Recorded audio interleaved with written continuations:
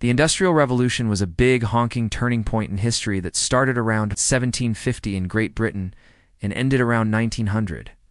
So we're talking about a time period here, not just one specific thing. It was a turning point because it marked a transition from societies that relied on hand production of goods to ones that relied on machine production of goods. Now, this transition began with the invention of new machines, specifically those that could run on steam power. And that started with Thomas Newcomen's invention of the steam engine in 1712, which was then improved upon by Thomas Coulter Watt in 1765. To take advantage of this newfangled steam power, inventors then started modifying machines to make them more efficient and effective. One such machine was the spinning jenny, invented in 1764 by James Hargreaves. It took raw materials like cotton and turned them into yarn.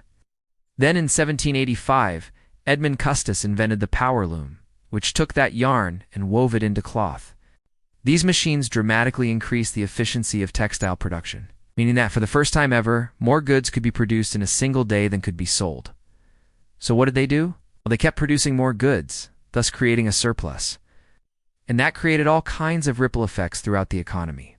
For one thing, there was now more demand for those raw materials, so places that provided those saw increased profits. For another, the manufacturers sought ways to make the whole process more efficient.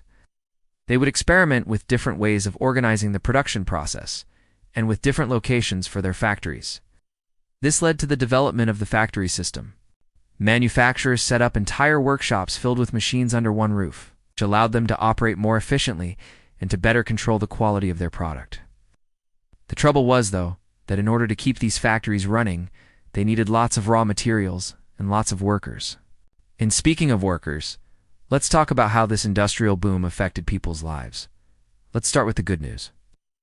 With the advent of new machines came the need for lots of new workers.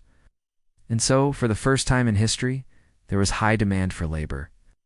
As a result, workers didn't have to move from place to place following the work. Instead, the work came to them in the form of factories that were built near cities, so that made life easier for workers. It also meant that rural agricultural life became less appealing, especially since working in a factory was higher paying than working on a farm, so people headed to the cities where the factories were. And this caused massive urbanization. Cities grew overnight as people piled in from the countryside. But living conditions in these industrial cities were horrible.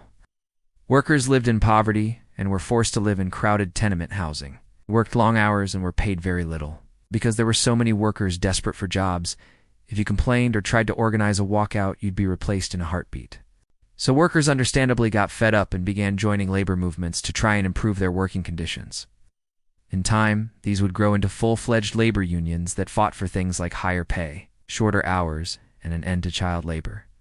So far, we've talked about how the Industrial Revolution started in Britain and then spread out from there. It spread out fast. By the middle of the 19th century, several countries had developed their own industrial economies, including the United States, Belgium, France, and Germany. And by the end of the century, industrialization was taking hold in Japan as well. Wherever factories were built, the same kind of urbanization and labor unrest followed. And that wasn't necessarily a bad thing. While workers were certainly justified in their complaints, the fact that industrialization created a large, unified working class in each nation helped to foster solidarity among the people. And that made it easier for them to fight for political change. In time, these efforts would result in better working conditions, public services like clean water and public education, and greater political participation for the working class. In the long term, though, the Industrial Revolution had a much more significant impact on the world. For one thing, it led to the mass production of consumer goods, which made products cheaper and therefore more accessible to a larger population. It also led to the development of new technologies like steel, which transformed warfare and made it much more deadly.